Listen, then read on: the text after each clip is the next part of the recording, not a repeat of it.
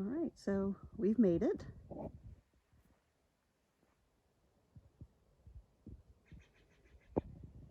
We are getting ready to go into the park. We've made it to Mount St Helens National Volcanic Monument. And I'm going to turn you guys around over this way to show it to you here in just a second. Shannon's going to go up and take pictures. But one of the things I wanted to show you is this is the forest that they planted.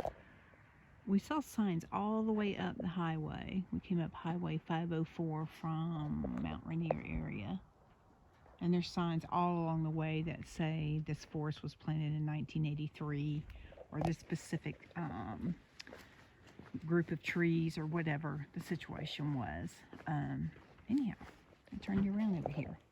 I'm guessing that that's it. I think that's Mount St Helens, and I think that's Mount Adams. Okay. That's my thought. All right, so there you go. There's Mount St Helens. And then as you're driving up on the right of the highway from Mount Rainier area up Highway 504, you can see the path. It's pretty cleared out, but this is where we're at, and there's nobody here. This is a Saturday. Nobody's here. We're just amazed. Now they think this mountain out there is Mount Adams. All right, so we're going to check out and make sure we're looking at the right thing, but absolutely that's Mount St Helens right there. All right, so we are at Coldwater Lake, and we're going to take the Birth of a Lake trail. All right. After a turbulent blast shattered the forest and an avalanche of rock filled the end of this stream valley, a lake began to form. As the first plant sprouted in the barren gray landscape, this new lake had already transformed into a sparkling gem, bustling with life. All right. That's pretty cool to think about that. So we're going to check that out. So I'm guessing this was created after the eruption. Alright, so yeah, so we are like here. This is the area that we're coming in. We're traveling this route here. That's the area that we're going to be checking out.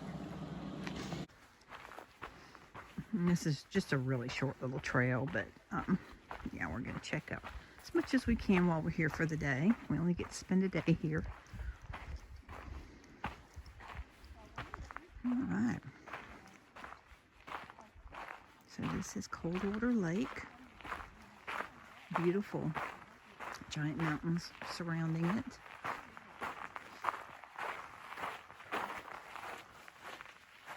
And I am guessing this is some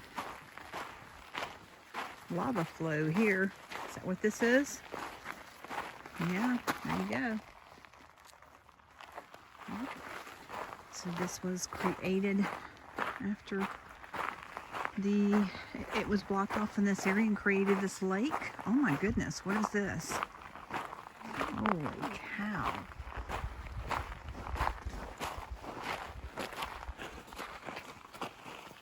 Must be a remnant from that.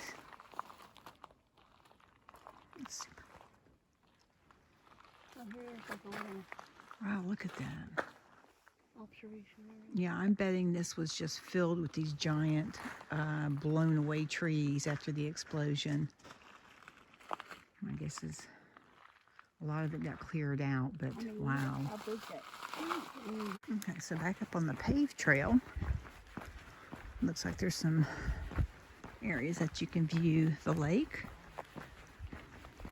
Alright, so we're really excited to see this area because I doubt that we will ever get to be out this way again, so pretty exciting, and it's beautiful. We decided that they could come along with us. Wild animals. Alright, again, so a view of Coldwater Lake. It is so peaceful here.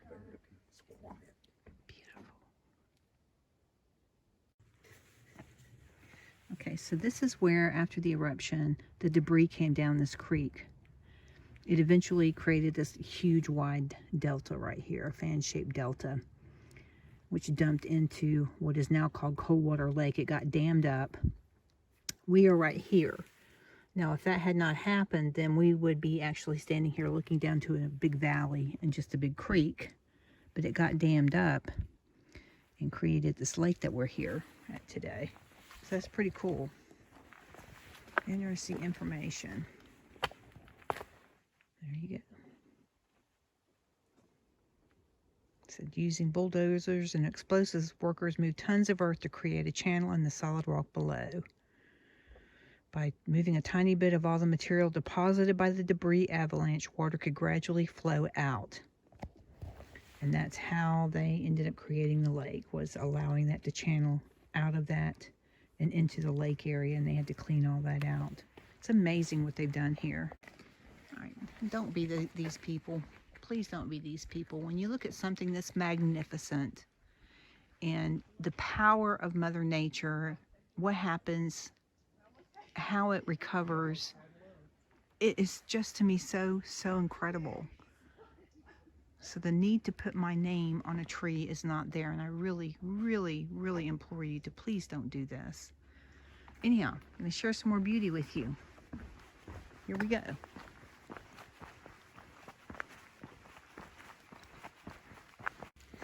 Okay, so they have a nice little paved trail here, so it makes it nice and easy.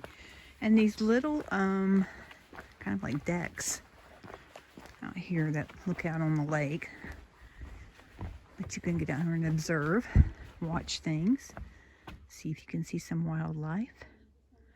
But you look at scattered with all kinds of debris and rocks and ash all around the lake. This is just ash, volcanic material all through here. Over here on the left, that's ash, volcanic stuff. But yeah, this is beautiful. Out of something so huge as far as the volcanic explosion. Wow, and you can see there's Mount St Helens right behind everything over there. But yeah, it's incredible. And I can't even imagine the amount of work that went into clearing this out. God, it is. It's just stunning and peaceful. Okay, so this marquee is talking about in the beginning when the lake formed. It was just a big soupy mixture of soil and fragments. And it smelled like rotting garbage, methane, bubbled up from the bottom. It took, what, 3 years? Is that what you said? Mm-hmm.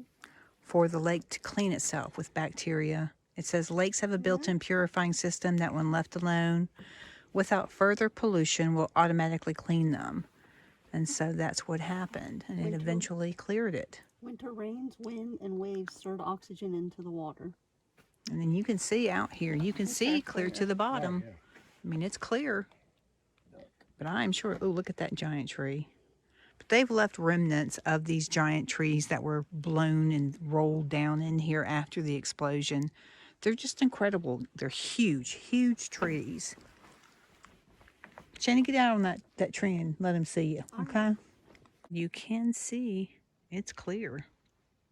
You can look at the reflection of the hills next to it into the water. It's pretty. Okay, and going further down the trail here. And again, we got lucky. There's nobody here. Kind of have it all to ourselves. It's an absolutely beautiful day. A little bit cool, but fantastic. Sun's out. Oh, wow, it's a nice one. Oh, this is super cool. This is a boardwalk. Yay. All right. Okay, you can see where there's some marsh areas kind of building up over here. Look at over here. Mother Nature has been repairing itself. Just incredible to me what happens. Look at that.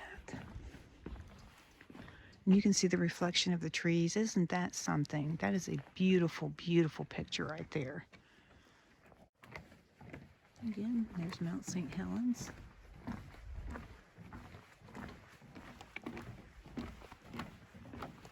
Wow, this is just really pretty through here.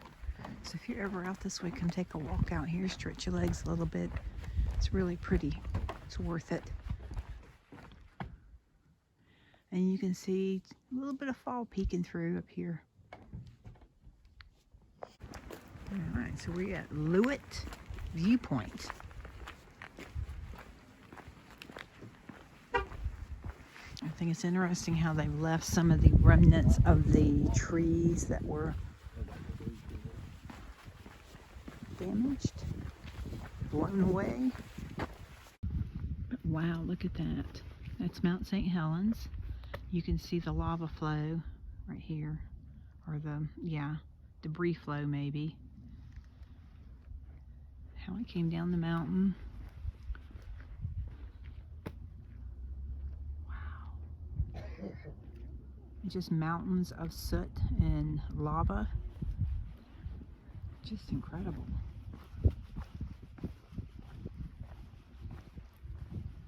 Wow, beautiful.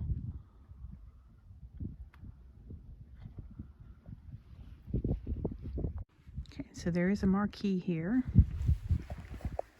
It says here, after the 1980 eruption, the headwaters of the former North Fork Tidal River lay buried under the landslide. And this is March of '82.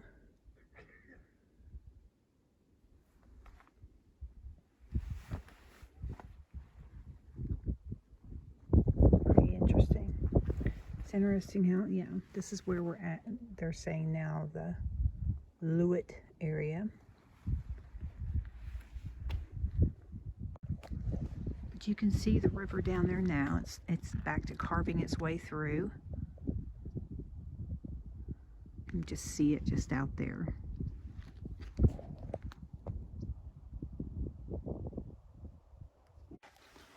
Okay, so we are right here right now, Lewit Viewpoint. We're going to be going to this Johnston Observatory next. They have trails all over the place, which we are going to be going on a trail later.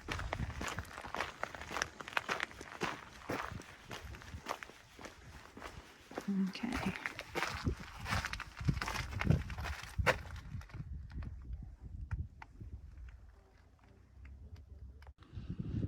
Okay.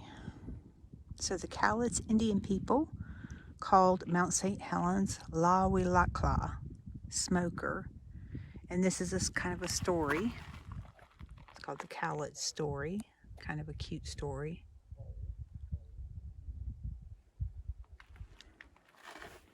Anyhow, native legends were retold by Europeans. The volcano also became known as Lewit, keeper of the fire. So, pretty interesting. Okay, so there's a little trail here that you can take. That's kind of off of this. I'm gonna climb up here and see what we see. But you can see this is just ash and soot up here. Cool, isn't it? I'm not sure how high up we are. What, about 3,500 feet maybe? I think it said 3,000. That was the last sign I saw. Right. What's that? We're at 3,939 feet.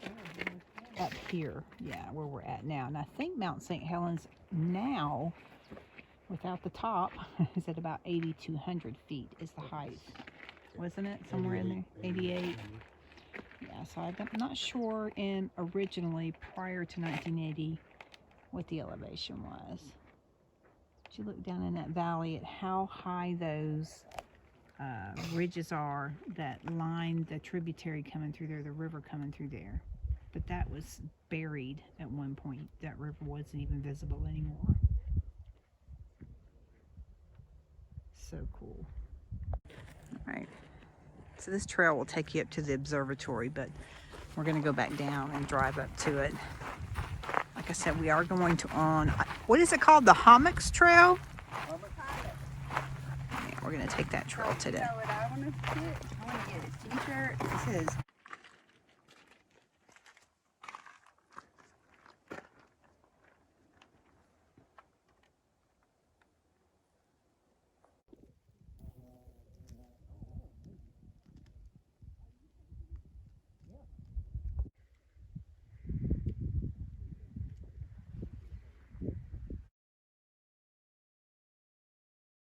So this is a marquee that's up here. Now you see there's Mount St. Helens. At one time, it was at 9,677 feet. It is now at 8,328 feet. But this is kind of a timeline over here on the right. Anyhow, there is a glacier now inside of the cone.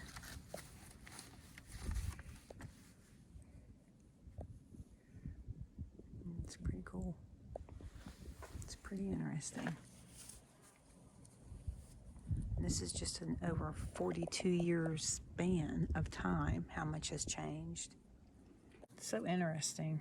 Over 6 years, the mountain erupted lobes of lava 17 times, building a dome 87 stories high. So even after the eruption, there was so much going on up there. The glacier formed between the lava dome and the south crater wall. It was split in two by lava spines erupting in 2004. The two lobes joined on the north side in March of 2008. So just so incredibly interesting. So the area that we're going to be hiking in is right in here. And this is called Hummocks, this area. It's intact pieces of the mountain the size of small hills. They were carried along in the landslide and now litter the valley floor. So we're going to be seeing that on our hike today.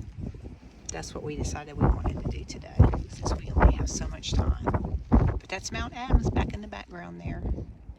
This is one day before the eruption. And this was September of 1980. So you can see what blew out there.